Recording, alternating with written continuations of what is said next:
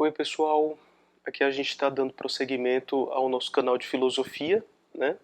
Canal que tem por objetivo divulgar o conhecimento filosófico e dialogar as mais diversas correntes filosóficas com o espiritismo. Então, eu vou criar essa playlist, que é uma playlist falando sobre mitologia. Como vocês sabem, eu parto de um referencial teórico. O primeiro referencial teórico é o próprio espiritismo, no qual me formei, me criei, nasci e até agora estou. Mas o segundo referencial teórico que eu achei muito didático, já expliquei em outros vídeos, é a obra do Luc Ferry. Eu tenho uma coletânea completa de cursos que ele deu a respeito dos mais diversos temas. Ele particularmente é especialista em filosofia alemã, né, do idealismo alemão. Então eu vou trazer para vocês algo que a gente não encontra no Brasil, mas que eu fui atrás porque, enfim, eu fiquei muito atraído pela didática com que o professor Luc Ferry ele explicava todos os assuntos da filosofia. Então, por exemplo, eu vou trazer aqui dentro dessa playlist o material que existe dentro desse CD. Muitas pessoas disseram: Alan, continue compartilhando os vídeos, continue compartilhando seus conhecimentos, e aqui eu estou para conseguir compartilhá-los.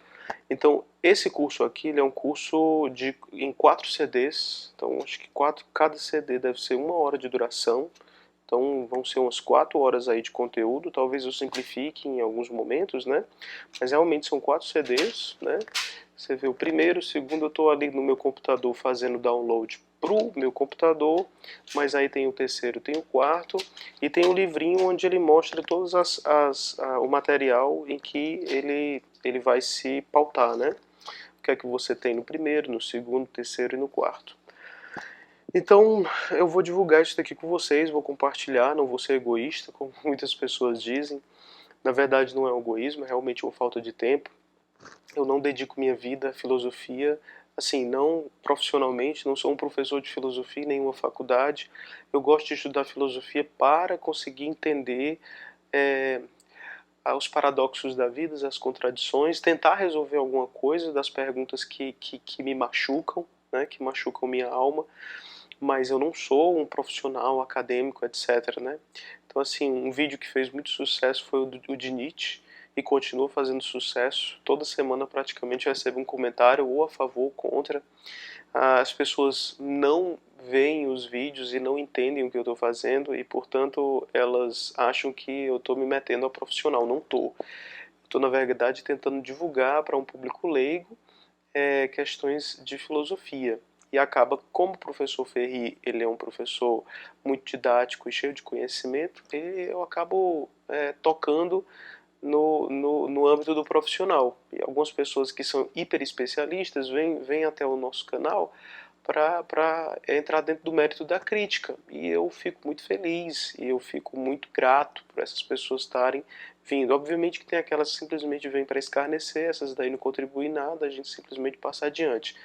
Tem umas que vêm para apontar caminhos para que a gente possa continuar crescendo. Então a playlist que está sendo criada agora nesse canal é sobre mitologia, né? Então é interessante que o curso particular do professor Luc Ferry, ele começa falando sobre filosofia ou sobre mitologia. E a ideia é bem simples. A ideia que ele parte é que a mitologia ela é a matriz da filosofia. Pelo menos no Ocidente. A gente não pode dizer exatamente isso com outras culturas, porque outras culturas, a filosofia ela não se aparta da mitologia como aconteceu no Ocidente, né? A nossa mitologia ela cai em descrédito e a partir do descrédito da mitologia surge uma filosofia na tentativa de um pensamento racional que vai explicar como é o mundo, coisa que os aspectos simbólicos ou as figuras simbólicas já não estavam mais conseguindo explicar. Então existe um crepúsculo dos ídolos, um crepúsculo dos deuses e o surgimento de uma nova deusa, que é a deusa da razão, da lógica, o cosmos, o logos. Isso acontece na Grécia. Veja bem que eu temo dizer que no cristianismo talvez isso não cole, né? Ou no judaísmo, né? Tem muitos judeus e cristãos atuais que estão se entregando para um judaísmo e um cristianismo laico. Quer dizer, é a sobrevivência dos cultos e dos ritos, mas sem Deus. E aí talvez a gente tenha algo semelhante do que aconteceu com a filosofia na época de Sócrates, Platão, Aristóteles, e que a partir de então, salvo exceções e na verdade com idas e vindas, a filosofia vinha e ia se afastando ou se aproximando de Deus, né? No judaísmo e no cristianismo, ainda hoje vigora um discurso e uma linguagem simbólica que, na verdade, é encarada como sendo a verdade, como sendo fato, né?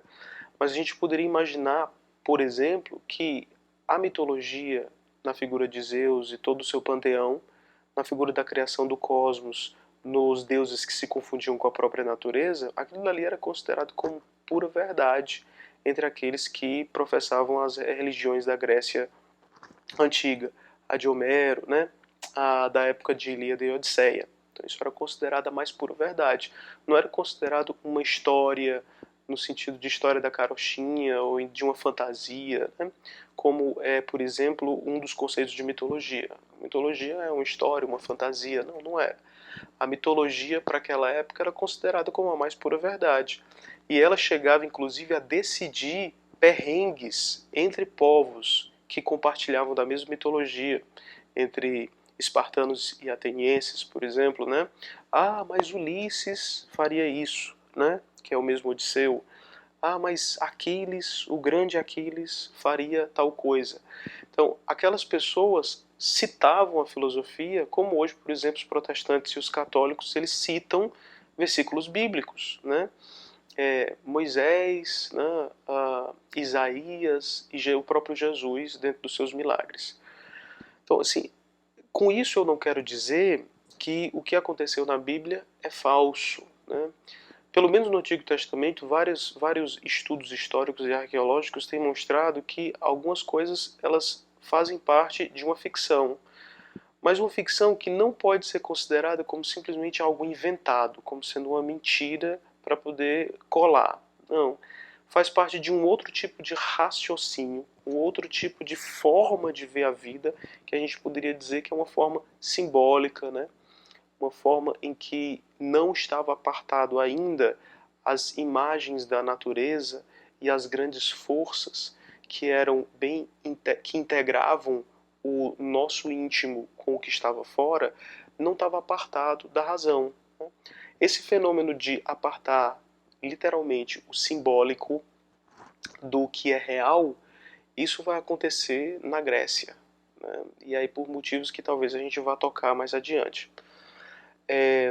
Mas quando a gente está tratando dessa mitologia, essa mitologia aqui que a gente vai começar a tratar, é interessante você perceber que essa mitologia ela é a matriz, ela é o quadro formador, ela é o fundamento da filosofia que vai seguir adiante, certo? Então, grosso modo, as pessoas até costumam dividir a história da Grécia em uma história clássica, uma história na época em que os filósofos realmente aconteceram, uma história pré-filosófica, que seria a homérica, e a história pós-filosófica, pelo menos da filosofia de Sócrates, Platão e Aristóteles, que aí mais na frente vai vir os estoicos e outras muitas correntes que foram como se fosse a degeneração ou a ramificação das correntes socráticas, né? Então, se a gente pegar esse modelo dos três momentos históricos da Grécia, essa mitologia nós estamos falando de um momento pré-socrático, né? Há quem diga que Platão ficou insatisfeito com as mitologias e os símbolos dados pelos deuses, e porque eles já não mais conseguiam apaziguar a ânsia de resolução da vida cotidiana que as pessoas tinham. Elas estavam entrando dentro do momento democrático em que a força do homem pelo homem estava surgindo, estava se insurgindo, surgindo e insurgindo. Então os deuses já não estavam dando mais conta para poder apaziguar.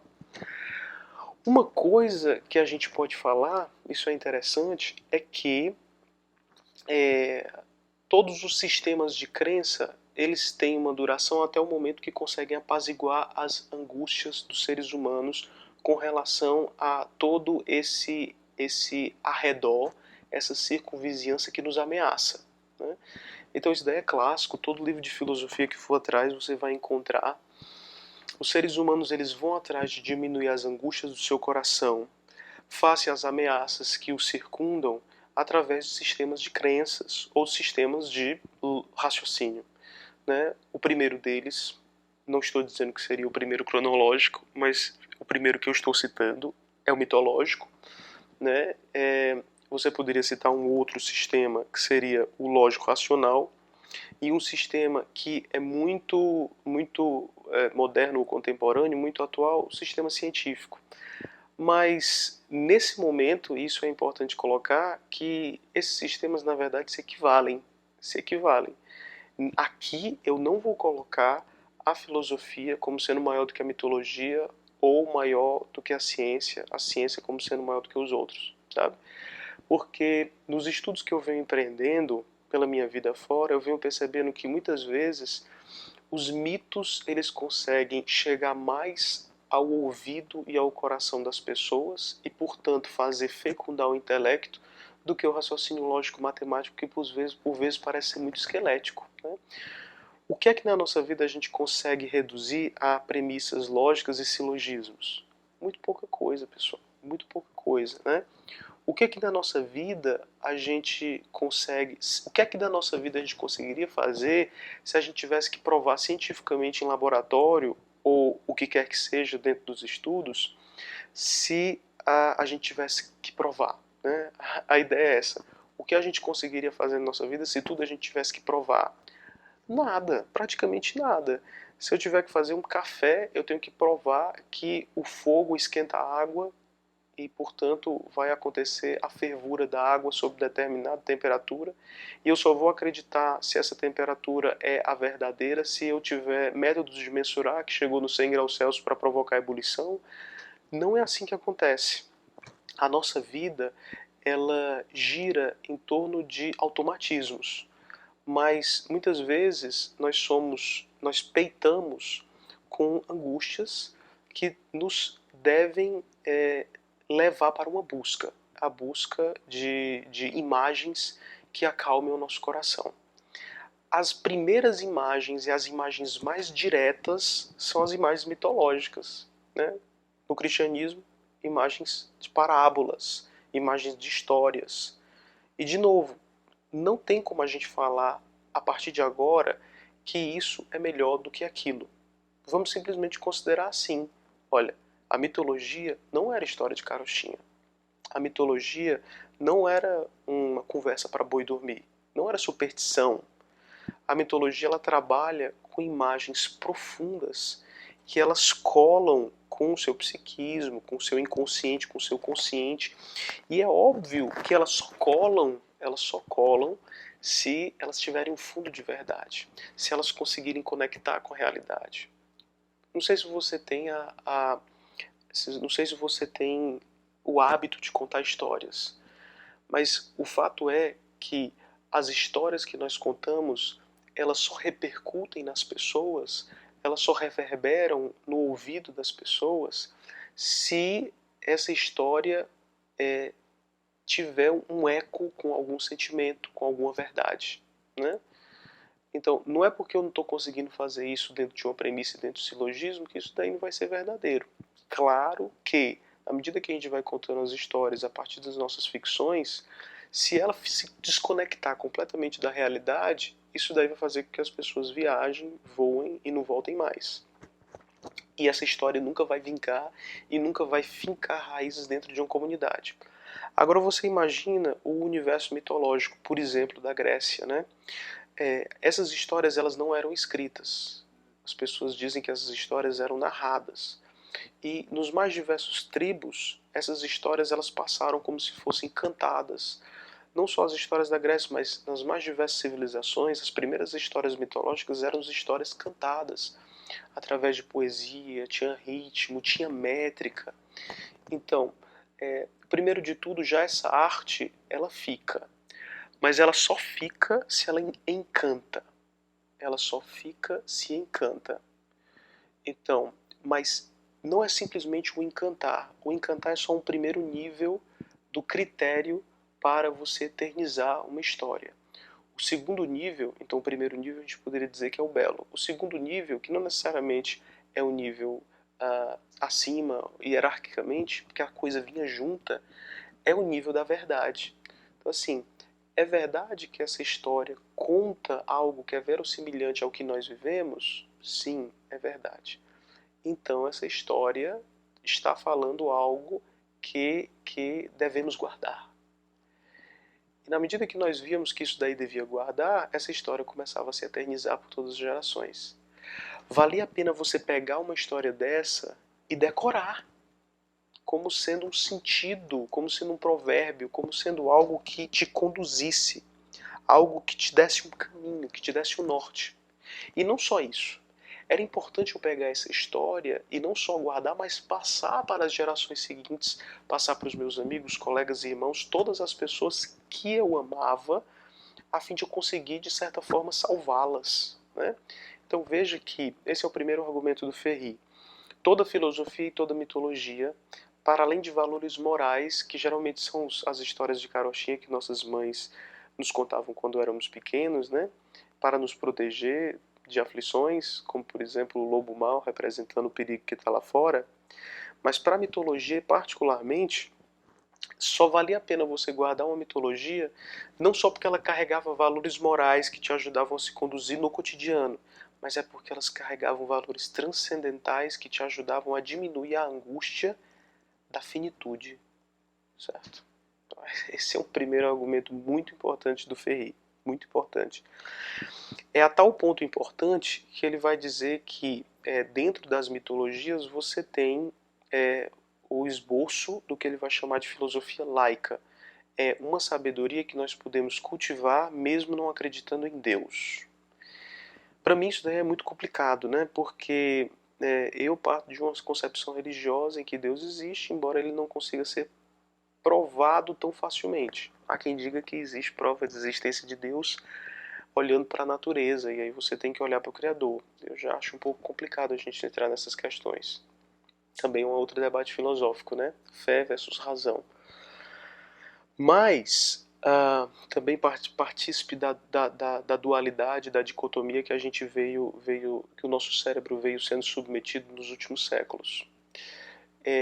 Mas o fato é que dentro das mitologias nós podemos encontrar exemplos de uma sabedoria que pode existir para o homem finito, né? E é disso que vai contar as primeiras histórias que Luc Ferry quer nos falar, que é a de Gilgamesh, uma mitologia sumeriana, e a Ilíada e a Odisseia, a mitologia seminal, né? Fundamental, primordial, que gerou toda uma cultura, que é a cultura grega, depois herdada pelos romanos, portanto, gregos e romanos chegando até nós, né?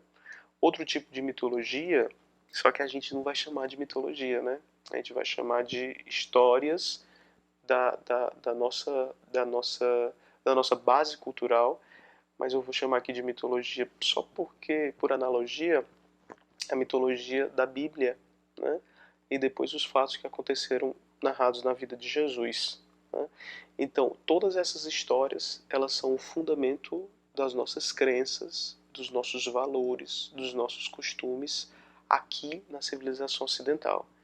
Não tem como eu falar a respeito das outras civilizações, não tenho conhecimento profundo a respeito delas, mas pelo menos aqui na civilização ocidental, cada vez mais que eu prossigo na nossa história, mais eu entendo que somos formados por essas histórias. O nosso corpo, a nossa psique, o nosso olhar, a nossa forma de enxergar as coisas, a nossa forma de agir, os nossos gestos, nossa ética, tudo é formado baseado em histórias da mitologia grega, romana e da judaico-cristã, né?